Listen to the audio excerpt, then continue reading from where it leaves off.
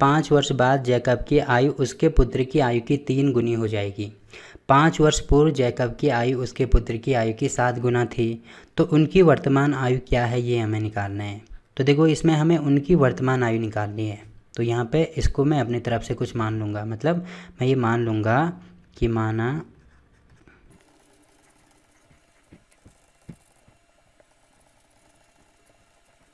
तो मैंने क्या मान लिया, माना जैकब की वर्तमान आयु x वर्ष है तथा उसके पुत्र की वर्तमान आयु y वर्ष है। अब देखो मैंने क्या बोला था, जो आयु वाले क्वेश्चन होते हैं इनको सॉल्व करने का सबसे बढ़िया तरीका ये होता है कि हम साल मान के इसको सॉल्व करेंगे। जैसे वर्तमान का मतलब अभी 2020 चल रहा है, तो यहाँ पे मैं 2020 लिख देता हूँ। तो 2020 में जैकब की आयु x साल है और उसके पुत्र की आयु y वर्ष है, तो यहाँ पे x, y हो जाएगा। ठीक, अब देखो इसमें स्टार्टिंग में क्या दिया है, 5 वर्ष बाद। 5 वर्ष बाद का मतलब 2020 से 5 वर्ष बाद की बात हो रही है। पहले के लिए हम माइनस करेंगे, बाद के लिए प्लस करेंगे। तो 5 वर्ष बाद मतलब कब की बात हो रही होगी, 2025 की बात हो रही होगी। तो देखो वर्तमान में ये x साल का है, तो 5 वर्ष बाद ये कितने साल का होगा।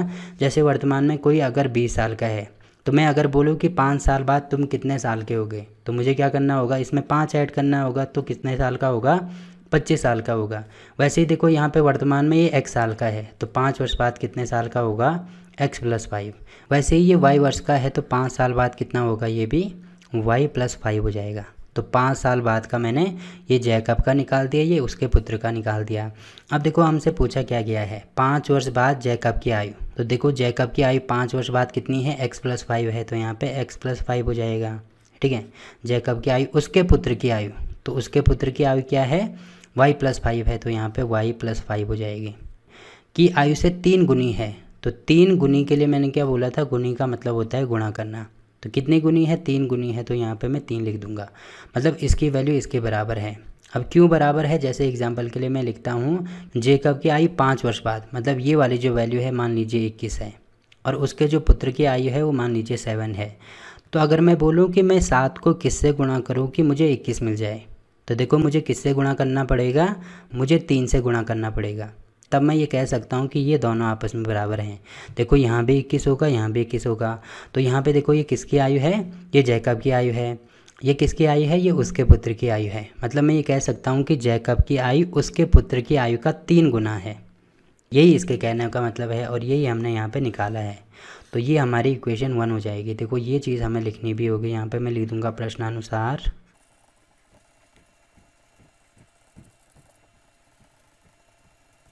देखो हमने क्या लिखा, 5 वर्ष बाद जैकब की आयु उसके पुत्र की आयु से 3 गुनी होगी, तब क्या होगा, जो हमने इक्वेशन यहाँ पे निकाली है। तो देखो पहले जैकब की आयु है x + 5 बराबर उसके पुत्र की आयु है y + 5, और 3 गुनी है तो मैं 3 से गुणा कर दूंगा। या इसमें थोड़ा सा और चीज़ें हम ऐड कर सकते हैं। मैं यहाँ पे लिख सकता हूँ कि 5 वर्ष बाद, पहले ये लिख दो 5, ठीक है। तो यहाँ पे पहले लिखेंगे हम 5 वर्ष बाद जैकब की आयु बराबर x + 5 तथा उसके पुत्र की आयु बराबर y + 5। तब हम लिखेंगे प्रश्नानुसार 5 वर्ष बाद जैकब की आयु उसके पुत्र की आयु से 3 गुना होगी, तब ये वाली इक्वेशन बना देना। अब देखो इसको अगर मैं थोड़ा मॉडिफाई करूँ तो क्या हो जाएगा, ये यहाँ पे होगा x + 5 बराबर, इसका गुणा कर दो तो ये हो जाएगा 3y + 5 दिए 15। अब चर पद को अलग कर दो, अचर पद को अलग कर दो, तो ये हो जाएगा x, ये चर पद है तो इसको इधर लेके आओ, -3y बराबर होगा 15 - 5, तो x - 3y बराबर जाएगा, इसमें से ये माइनस कर दो 10 के बराबर होगा। इसको मान लो इक्वेशन 1। ठीक है, तो पहली इक्वेशन 2 हमने निकाल दी। अब देखो आगे हमें क्या दिया है, 5 वर्ष पूर्व जैकब की आयु उसके पुत्र की आयु की 7 गुना थी। तो यहाँ पे लिखेंगे पहले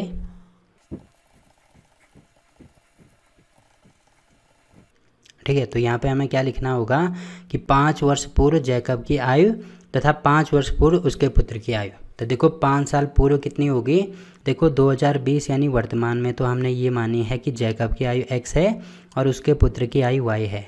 तो 5 वर्ष पूर्व मतलब पहले की बात हो रही है, पूर्व का मतलब होता है पहले, तो 5 वर्ष पूर्व का मतलब 2015 की बात हो रही होगी। तो इसकी आयु कितनी होगी, तो 15 मतलब इसमें से 5 कम करेंगे तो यहाँ पे होगा x - 5, वैसे ही इसमें से भी 5 कम होगा तो ये होगा y - 5। अब माइनस क्यों होगा, ये चीज़ मैं ऊपर आपको समझा चुका हूँ। तो इतना हो गया। अब देखो जैकब की आयु हो जाएगी x - 5 और उसके पुत्र की आयु हो जाएगी y-5। ये अभी 5 साल पहले की बात हो रही है और हमें प्रश्न में क्या दिया है, 5 वर्ष पूर्व जैकब की आयु उसके पुत्र की आयु की 7 गुना थी। तो यहाँ पे लिख देंगे,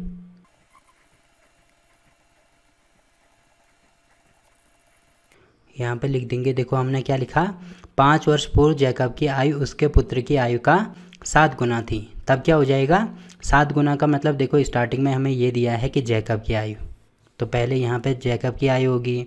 जैकब की आयु कितनी है, x-5, तो यहाँ पे x-5 हो जाएगा।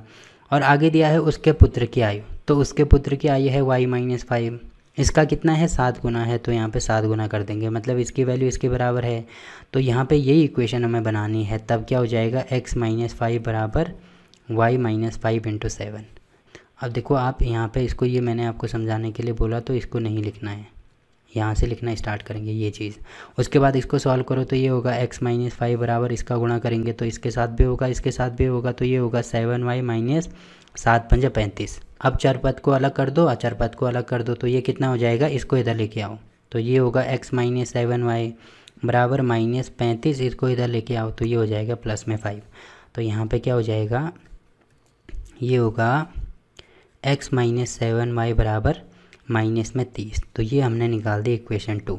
अब देखो इनको प्रतिस्थापन विधि द्वारा सॉल्व करना है। देखो यहाँ पे मैं इक्वेशन 1 भी लिख देता हूँ। देखो समीकरण 1 क्या थी, x-3y बराबर 10, x-3y बराबर 10। तो ये थी हमारे पास इक्वेशन 1। तो यहाँ पे अगर मैं x की वैल्यू निकालता हूँ, यहाँ पे लिखेंगे समीकरण 2 से, तो x की वैल्यू निकालनी है तो x बराबर होगा -30 + 7y। अब x का मान समीकरण 2 में रखने पर, तो समीकरण 2 ये वाली है, ये वाली नहीं, मतलब अभी समीकरण 2 से निकाले तो अब समीकरण 1 में रखना होगा। तो समीकरण 1 ये वाली है, तो यहाँ पे क्या हो जाएगा, x है हमारे पास 30 + 7y -3y बराबर हो जाएगा 10 के। तो इसमें से ये माइनस करेंगे तो 7 में से 3 माइनस करेंगे, ये होगा 4y बराबर 10, इसको इधर लेके आएंगे तो प्लस में हो जाएगा 30। तो ये कितना हो रहा है, यहाँ पे हो रहा है ये 4y बराबर हो जाएगा 40 के। तो y की वैल्यू हमने निकाल दी यहाँ से 40/4 यानी 10। तो y बराबर 10। अब y का मान किसी में भी रख दो, समीकरण मान लीजिए 2 में रखते हैं, 2 में रखने पर तो यहाँ पे क्या हो जाएगा, समीकरण 2 है हमारे पास x-7y बराबर 30, ठीक है, ये है हमारे पास, हाँ -30 है, सॉरी, तो यहाँ पे -30 में कर दूँगा, तो ये -30 है। तो मुझे यहाँ पे वैल्यू रखनी है, तो ये कितना हो जाएगा, y बराबर है 10, तो यहाँ पे होगा x -7 × 10 बराबर होगा -30 के। तो x बराबर हो जाएगा -30, इसको इधर लेके आएंगे तो प्लस में 70 हो जाएगा। तो x की वैल्यू हमने निकाल दी यहाँ से 40। अब देखो x बराबर 40 है, y बराबर 10 है, तो x हमने जैकब की आयु मानी थी, तो जैकब की वर्तमान आयु कितनी हो जाएगी, 40 हो जाएगी। तो हमें लिखना भी होगा,